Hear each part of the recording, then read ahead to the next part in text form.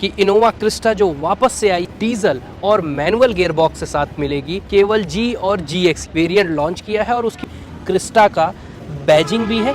ये काफ़ी खूबसूरत दिखता है। ये मज़ा जो है ये आपको हाई क्रॉस में नहीं मिलेगा। ये एलिमेंट चेंज कर दिया कि हेलो एवरीवन, टोयोटा ने अपने इनोवा लवर्स के लिए अब दूसरी खुशखबरी भी ला दी है। पहले आपको इनोवा हाई क्रॉस को लाया मैदान में और अब इनोवा क्रिस्टा को वापस से उतार दिया है।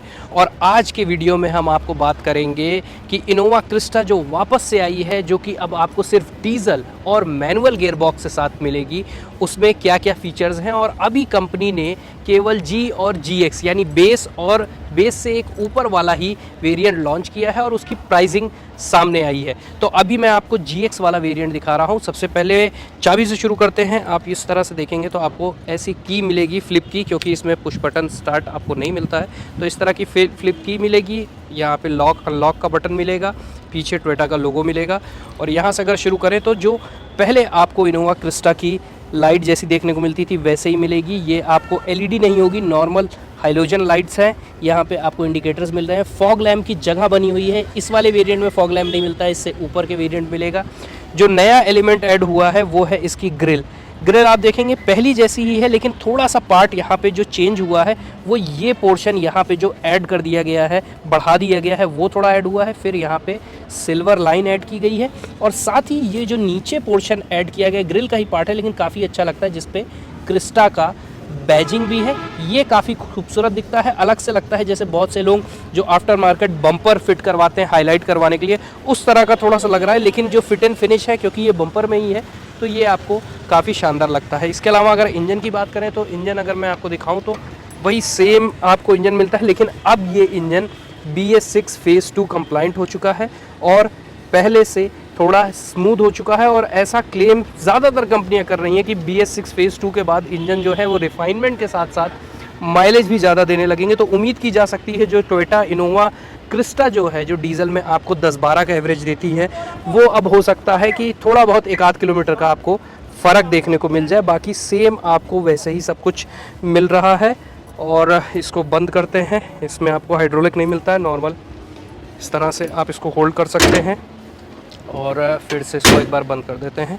ये हो गया। वहीं साइड प्रोफाइल की अगर बात करें तो साइड से हम देखेंगे सबसे पहली चीज़, यहाँ पे 16 इंच के एलॉय व्हील्स मिलते हैं। जो इसका नीचे बेस मॉडल है उसमें आपको एलॉय व्हील्स नहीं मिलते हैं, नॉर्मल व्हील्स मिलते हैं व्हील कवर के साथ। यहाँ पे आपको एलॉय व्हील्स जो पहले आती थी वही सेम एलॉय व्हील्स कंटिन्यू की गई है। और ये आपको 205/65 R16 टायर प्रोफाइल मिल रही है। ब्रिजस्टोन का इसमें टायर मिल रहा है। यहाँ पे अगर हम देखेंगे तो ORVMs की अगर मैं बात करूँ तो ORVMs की डिज़ाइन जो है वो आपको हाई क्रॉस में भी वही कंटिन्यू की गई है। अगर आप यहीं से अगर उसको देखें तो वही सेम आपको डिज़ाइन दिखेगी।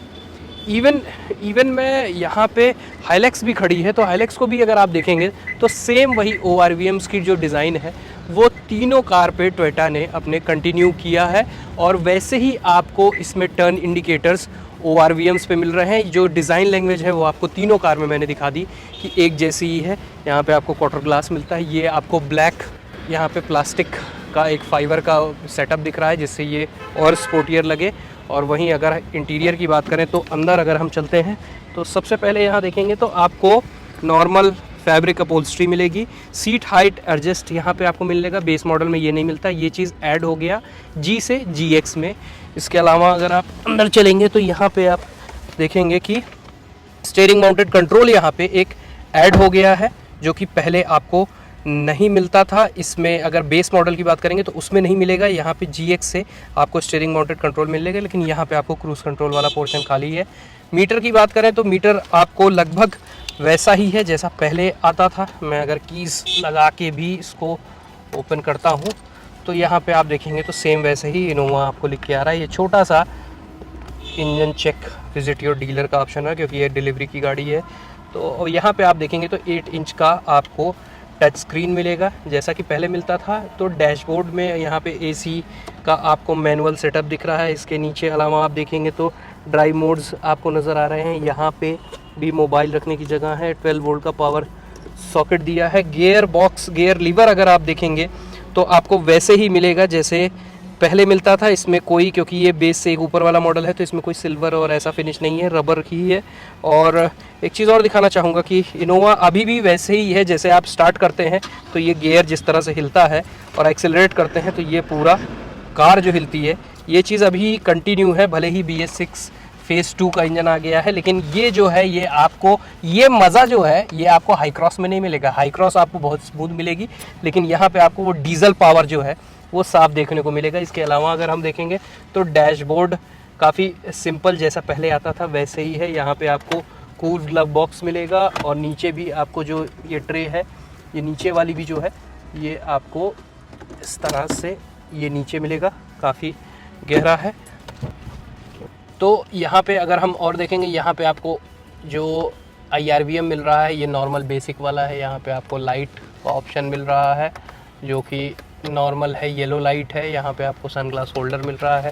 यहाँ पे अगर देखेंगे तो वेनिटी मिरर मिल रहा है, लेकिन इसमें कोई लाइट नहीं है। इसको आप इस तरह से स्लाइड कर सकते हैं, ये बने। इसके अलावा यहाँ पे आर्मरेस्ट आपको मिलता है जो कि काफ़ी गहरा पहले जैसा है।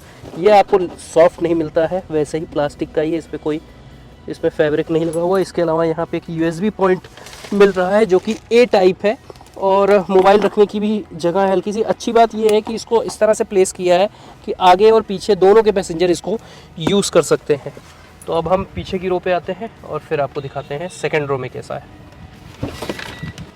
तो यहाँ पे आप देखेंगे तो जो सीटिंग कंफर्ट है वो तो आपको जैसा इनोवा का मिलता है वो बिल्कुल वैसे ही मिलेगा। और यहाँ पे आप देखेंगे क्योंकि ये नॉर्मल आपको फैब्रिक अपहोल्स्ट्री है, यहाँ पे आप देखेंगे तो अब आपको बेस मॉडल में ये चीज़ क्रोम फिनिश में नहीं मिलता, यहाँ पे आपको क्रोम फिनिश में मिलने लगा है। पावर विंडोज़ की बटन है, सब हार्ड प्लास्टिक है, कोई ऐसा सॉफ्ट वाला नहीं है, क्योंकि ये बेस से एक ऊपर वाला वेरिएंट है और आगे वाले वेरिएंट आएंगे तो उसमें हो सकता है ये काफ़ी सॉफ्ट टच ही है। यहाँ पे एक तरह से कहें कि ये एयर वेंट्स आपको मिल रहे हैं, कोई कॉस्ट कटिंग जैसी चीज़ नहीं की है। यहाँ पे इनोवा ने अपने पुरानी क्रिस्टा को जब वापस से लेके आए हैं तो ये सारी चीज़ है। यहाँ आपको 12 वोल्ट का सॉकेट भी मिल रहा है, यहाँ नीचे दिया गया है, ऊपर आपको USB सॉकेट मिल रहा है।